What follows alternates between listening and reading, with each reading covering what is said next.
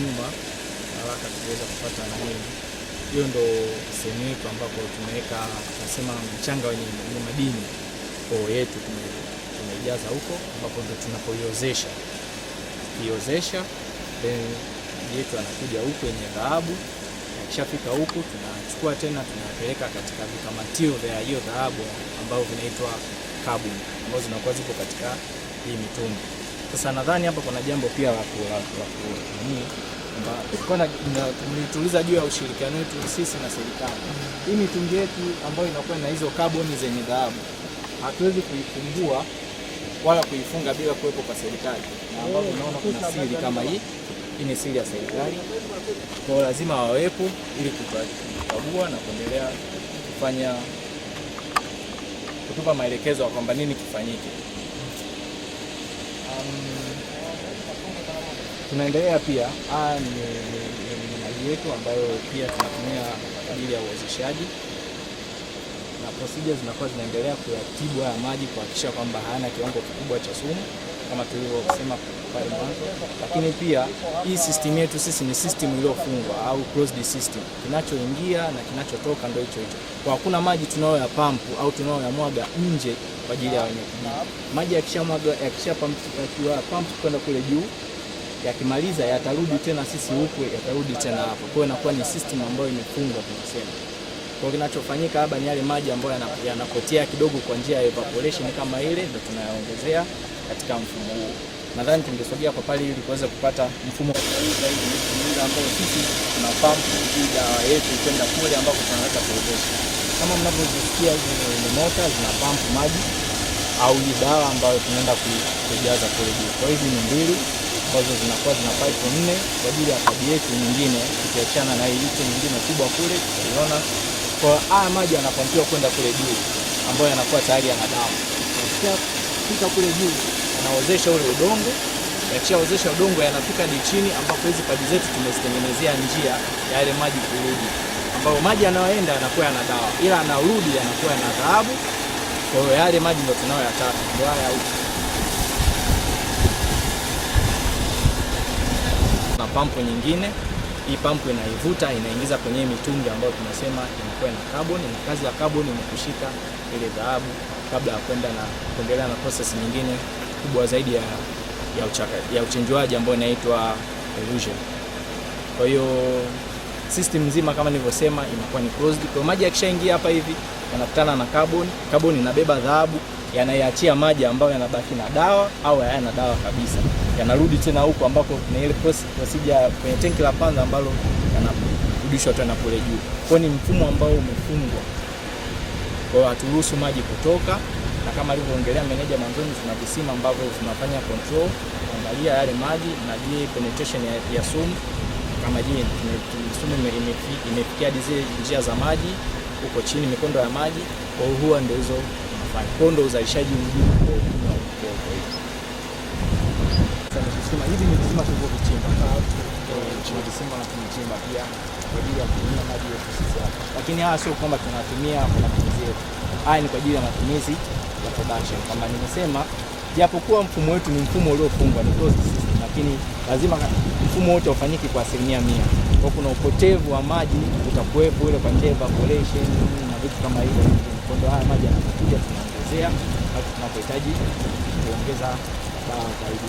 Haya tunajaza kwa sekta ya madini, na hasa kwa Wizara ya Elimu, kwa vijana ambao wana elimu juu ya madini na uchenjuaji kwa ujumla. Hii migodi midogo imekuwa ikitoa fursa ya kujifunza, ikimaanisha katika field point. Ameiongelea meneja kwamba tumekuwa tukipata vijana kutoka vyuo mbalimbali. Hapa ndipo wanapokuja kujifunza ule utaalamu na uhalisia wa kile wanachokijifunza darasani. Mimi mwenyewe ni ushahidi au ni mfano ulio hai. Nimepita katika migodi midogo midogo ikiwemo Nyarugusu, ikiwemo migodi ya makaa ya mawe. Kwa hiyo ni kule ambako nilipoenda nikajifunza juu ya elimu nzima ya madini na kuwa niko na interest zaidi kwa upana. Kwa hiyo migodi midogo imeendelea kutoa nafasi kubwa sana, na hata pia vijana wamekuwa wakijifunza nje ya knowledge tu ya kile walichonacho. Mfano mdogo, vijana ambao tumekuwa nao hapa ambao tukijifunza juu ya elimu na transfer knowledge, wamekuja wamejifunza jinsi ya utengenezaji wa mitungi ya carbon, na tuko nao na wanaendelea kufundishwa. Lakini pia kuna vijana ambao mpaka muda huu wanaweza kufanya wiring, wanaweza kufanya wanachora mabango. Kwa hiyo ni sehemu ndogo ambayo imekuwa ikitrain vijana katika sekta mbalimbali. Kwa mtu akitoka hapa anaweza kwenda kufanya welding kwa nafasi nzuri zaidi. Anaweza akaenda kuchora mabango ya telishi, lakini pia anakuwa ni ambassador mzuri zaidi juu ya elimu ya madini kuliko mtu ambaye amekaa nyumbani na bila kuja kujihusisha na nani. Kwa vijana wetu sisi hapa ni wazuri sana. Ukimwita kijana wote ukamoja atakwambia hii ni sumu, tunafanya hivi, tunachukua hivi, na anakupa tahadhari wewe ya mgeni ambao utakuja kwa haraka zaidi kwamba usifanye hichi na hichi. Na ndio wakazi wa hapa. Wanapoenda kule anakuwa ni ambassador mzuri. Unakuta kuna hizo kelele za kwamba kuna sumu, kuna nini, lakini atafika ataambia bwana msifanye moja, msifanye mbili ili muwe salama zaidi.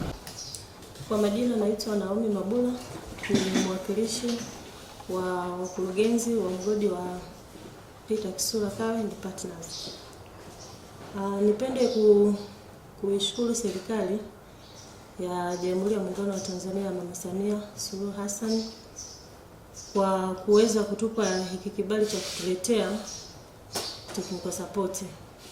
Kiukweli swala la technical support limeweza kubadilisha maisha. Kwa mimi binafsi nipende kushukuru kwa kweli, kwa sababu huu uchimbaji wa technical support umeweza kutubadilisha sana katika maisha yetu. Na nipende kutoa wito kwa sisi wakina mama, wadada, tuweze kujitoa sana kuingia katika uchimbaji. Tujihusishe sana na swala la uchimbaji, kwa sababu unakuta watu wanakuwa na mawazo potofu kwamba huyu anaenda kuchimba mgodini, labda anakuwa na tabia mbaya, labda hastahili mwanamke kuwa mchimbaji. Lakini hizo tunaita ni imani potofu. 自然非常好，让我们非常大胆的可以在这边投资、工作和生活。很喜欢在这里。Kwa anasema amependa nchi ya Tanzania kwa ujumla, na sheria zilizoko hapa anasema zinawaruhusu kufanya uwekezaji wao vizuri bila changamoto yoyote, na sekta nyingi ambazo zipo hapa zinawasaidia wao kufikia lengo lao, na wanatumaini baadaye watazidi kuongeza miradi zaidi mingi na kuzidi kuwekeza hapa Tanzania. 我们中国和坦桑尼亚结交了很多年，包括中坦铁路啊，甚至更长的历史。然后今天我们来到这里，在这里来开矿，来这里来大家一起来工作、来生活，真的很感谢坦桑尼亚这个国家，也很感谢妈妈萨米亚，我爱妈妈萨米亚，我爱坦桑尼亚，我很喜欢这里。 Kwa anasema anaipenda sana Tanzania, anampenda Mama Samia, na anatoa shukrani za dhati kwa serikali ya Mama Samia. Maana anasema China na Tanzania tumekuwa na uhusiano mzuri tangu kipindi hicho cha ujenzi wa reli mpaka sasa hivi, na anatumaini watazidi kufanya uwekezaji mkubwa zaidi Tanzania.